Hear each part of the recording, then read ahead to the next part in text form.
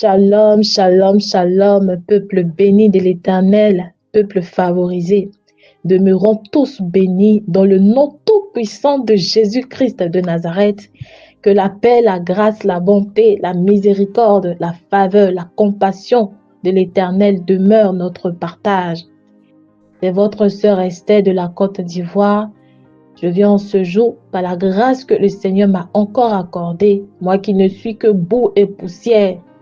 Je viens en ce jour donner un témoignage pour la seule gloire de notre Seigneur Jésus-Christ de Nazareth. Amen.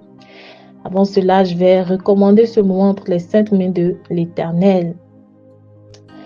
Père, au nom de Jésus-Christ, je bénis ton Saint-Nom. Merci Père pour ce jour. Merci Père pour ce moment.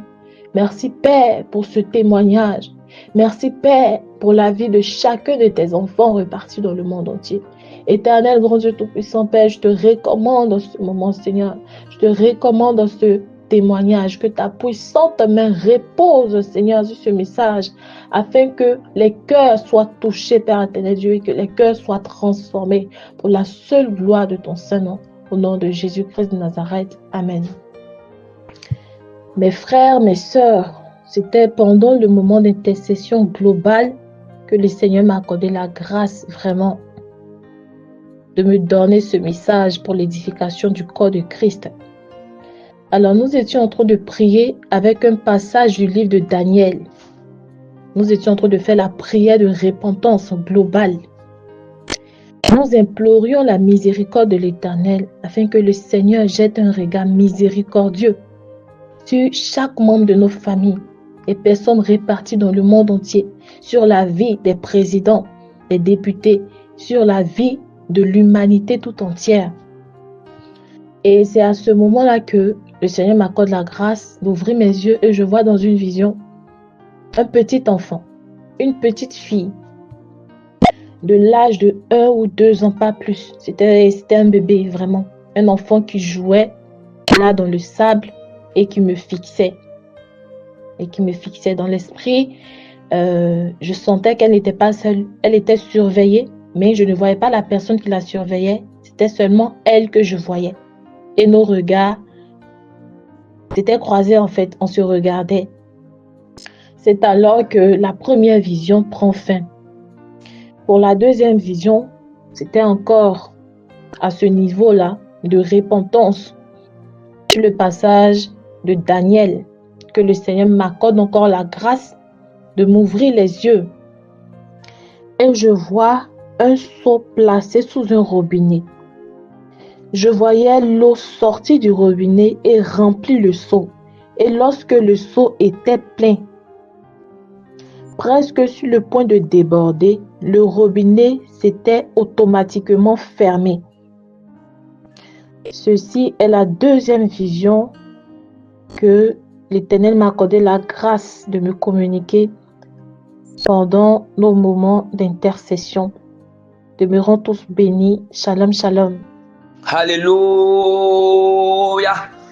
Gloire soit rendue à notre Seigneur et Sauveur Jésus-Christ de Nazareth pour ce témoignage qui a été rendu et partagé vraiment pour l'édification des âmes du peuple de Dieu, pour la gloire de notre Seigneur et Sauveur Jésus-Christ à travers vraiment le simple vase de notre Seigneur Jésus-Christ, la servante Esther. Alléluia.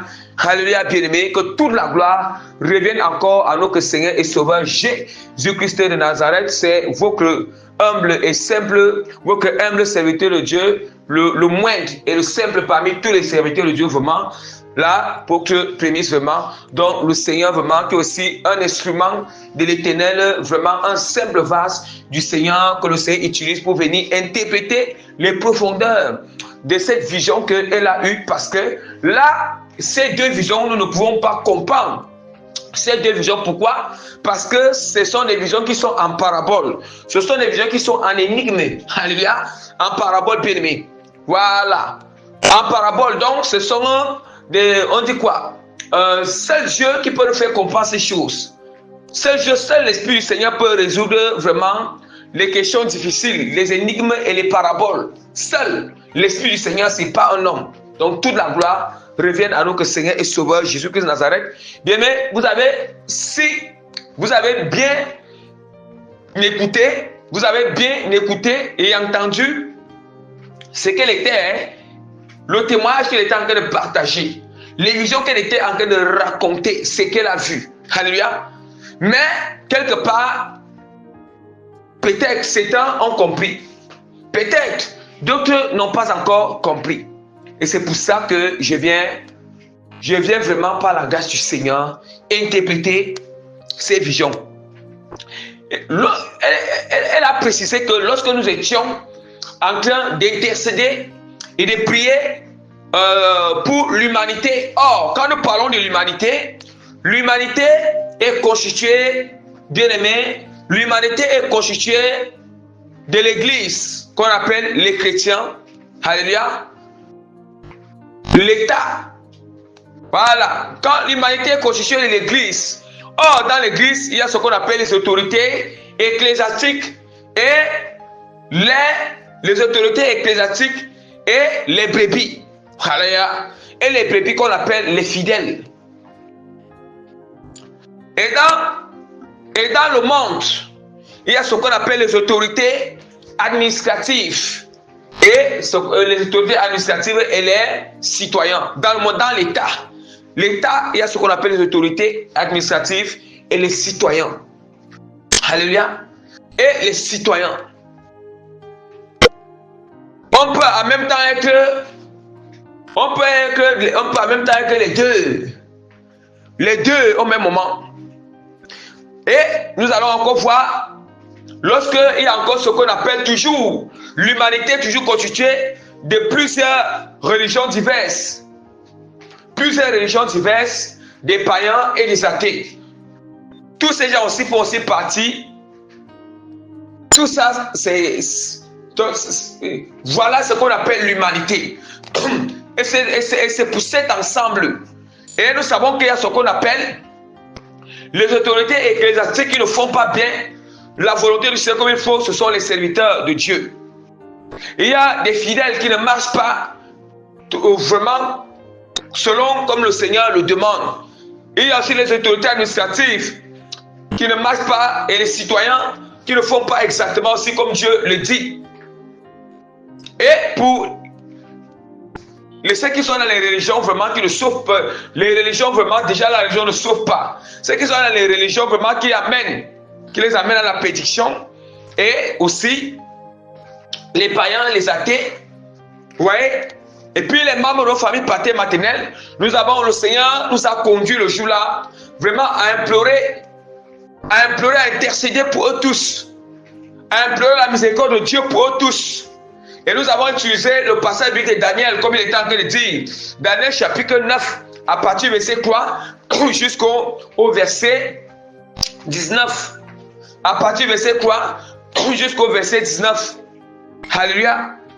Et lorsque nous avons prié, nous avons intercédé, c'est en ce moment-là que le Seigneur était en train de lui montrer ces choses. De lui montrer ces choses bien-aimées. Alléluia. Et lui montrer ces choses.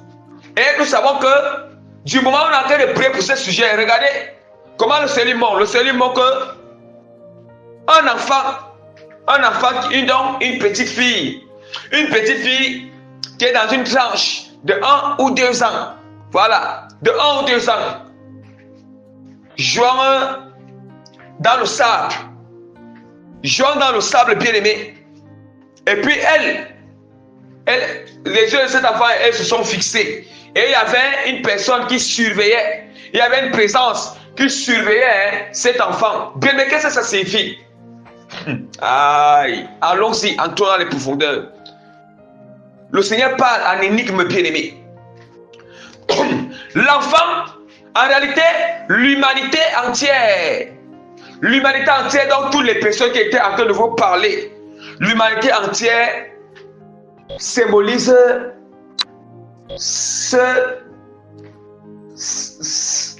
cet enfant-là bien-aimé.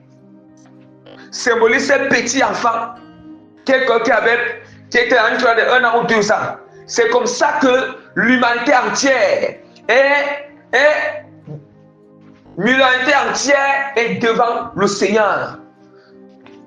C'est de cette manière que l'humanité entière est devant Dieu. Bien-aimé, l'humanité entière est comme un petit enfant de 1 an devant la face du Seigneur. Et ce que nous comprenons, un petit enfant de 1 an ou 2 ans devant la face de Dieu, c'est comme ça que Dieu voit l'humanité, Dieu voit sa créature humaine devant ses yeux bien-aimés. Nous comprenons? Devant ses yeux.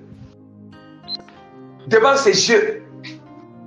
On nous dit que l'enfant était en train de jouer dans le sable. Or, nous savons que nous parlons de sable.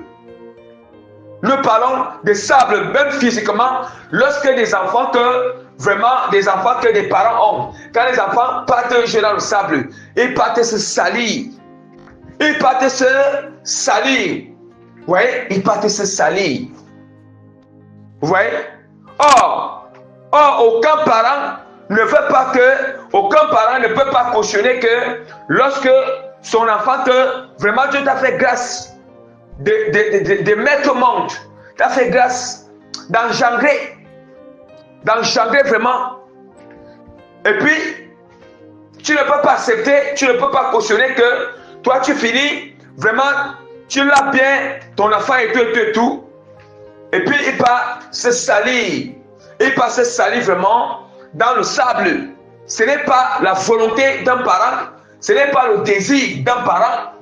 Ce n'est pas la volonté d'un parent. Ce n'est pas le désir d'un parent bien-aimé. Vous voyez? Aucun parent ne souhaite cela. Aucun parent, ce n'est pas sa volonté. Vous voyez, c'est la même chose. La volonté du Seigneur n'est pas qu'il n'a pas créé l'humanité pour que l'humanité vienne sombre dans le péché, l'humanité sombre dans la méchanceté, l'humanité soit dans les abominations, l'humanité fasse alliance avec le monde des ténèbres. Jamais. Jamais bien aimé. Jamais bien aimé.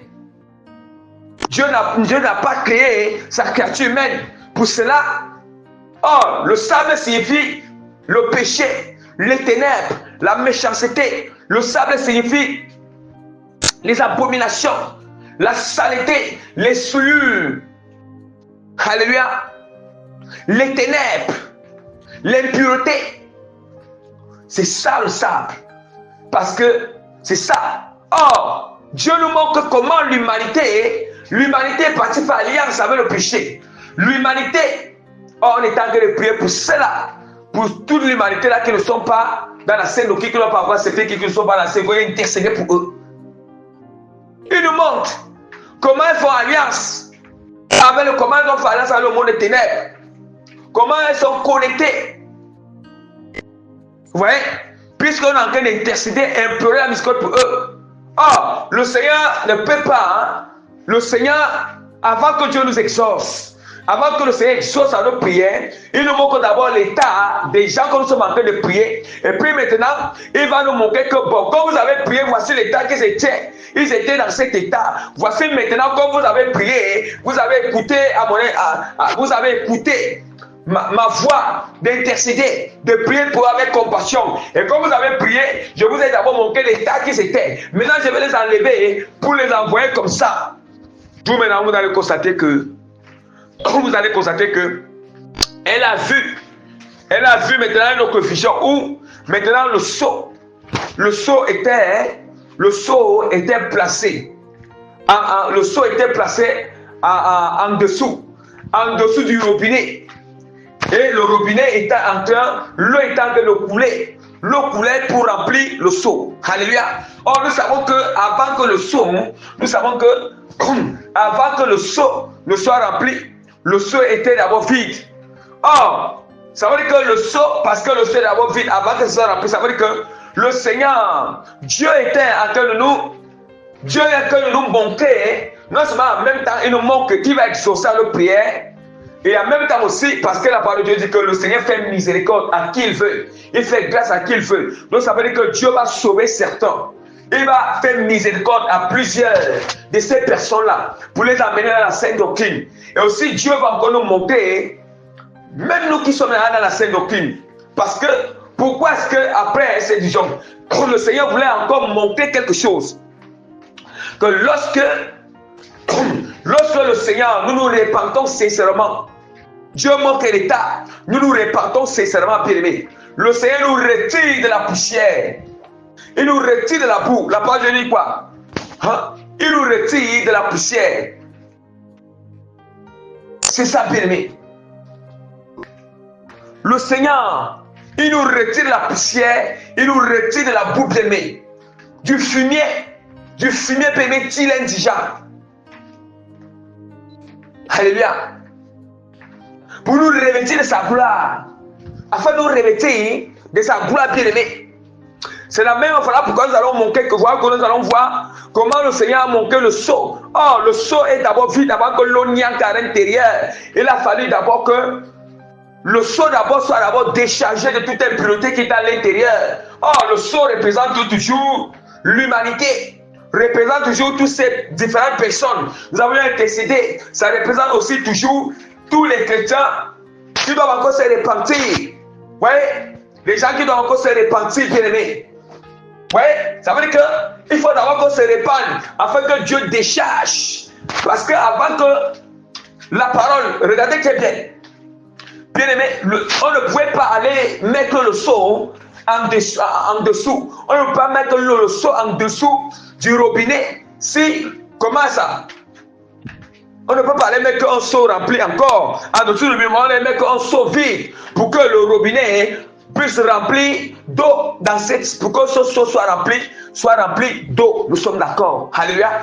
Or, du fait que avant que ce seau soit vide, il a fallu que Dieu décharge ce seau. Le seau a été d'abord rempli de cette impureté qui est ce sable. Parce que l'enfant qui symbolise l'humanité, la création humaine de Dieu, c'est la même chose qui symbolise le sceau. Mais Dieu n'a pas manqué l'état de saleté, l'état d'impureté. Maintenant, Dieu manque comment, il manque encore à la suite de ça, il manque comment pas mettre, comment le sceau est déjà placé en dessous du robinet. Donc, ça veut dire que là, il a fallu que le seau soit déchargé de toute impureté, soit délivré de toute impureté, soit nettoyé de toute impureté, soit nettoyé de tout péché, toutes les ténèbres, tous ceux qui ne glorifient pas le Seigneur. Et puis maintenant, après cela, il faut que le seau soit rempli d'eau. Oh, l'eau c'est quoi? L'eau c'est la parole. L'eau c'est la sainte doctrine. L'eau c'est la vérité. L'eau c'est la pureté. L'eau c'est l'intégrité. L'eau c'est l'honnêteté. L'eau c'est la justice. L'eau c'est juste la parole de Dieu. Oh, quand on parle de la parole de Dieu, la parole de Dieu est constituée. La parole de Dieu parle de l'amour, ne parle de la patience, ne parle de la paix, ne parle de la bonté, ne parle de la bénédiction, ne parle de la douceur. La parole de Dieu nous enseigne la douceur. La parole de Dieu nous enseigne la vérité, nous enseigne l'intégrité, nous enseigne la gratuité, nous enseigne la justice, nous enseigne la pureté. La parole du Seigneur nous enseigne toutes ces choses. La sanctification est bien aimée. Et c'est tout. Non seulement le symbolise le remplissage de la parole. Le remplissage de Dieu, nous n'avons qu'il y aura Satan qui va aller sauver des membres de notre famille, des autorités administratives, de ceux qui ont les choses de région et de certains serviteurs de Dieu qui ont fait l'alliance avec les ténèbres. Et donc, tu dois encore attirer. Dieu le mot qui va les sauver. Il a coûté de prière. Il va les délivrer et puis il va les remplir la parole, la sainte doctrine. Parce que le réveil va venir dans le monde entier. Et puis encore, Dieu nous manque encore, nous aussi, qui sommes la sainte doctrine, nous aussi qui sommes à discerner qui est la sainte doctrine. Continuons à nous répartir. Répandons-nous davantage. Répandons-nous de tout péché, tout souillure. Et Dieu va nous remplir sa parole. Oh, l'eau symbolise la parole. L'eau symbolise la gloire de l'éternel. L'eau symbolise la puissance de l'éternel. L'eau symbolise la puissance du Saint-Esprit, bien-aimé. Alléluia. Alléluia, bien-aimé. Gloire soit rendue à notre Seigneur Sauveur Jésus-Christ de Nazareth. Bien-aimé, voilà ce que vous voyez. Donc voilà ce que je voulais vous expliquer. Je voulais vous expliquer vraiment. Ah, sente-toi bien que le robinet représente le Seigneur lui-même. Ça représente le Seigneur lui-même. Or, on nous dit qu'il y avait une présence qui surveillait l'enfant. Il dit qu'il avait une présence qui surveillait cette fille. La présence, c'est quoi? C'était Dieu. C'est Dieu qui surveille. Ça veut dire que Dieu regarde tout ce que l'humanité est en train de faire. La présence est là qui surveille.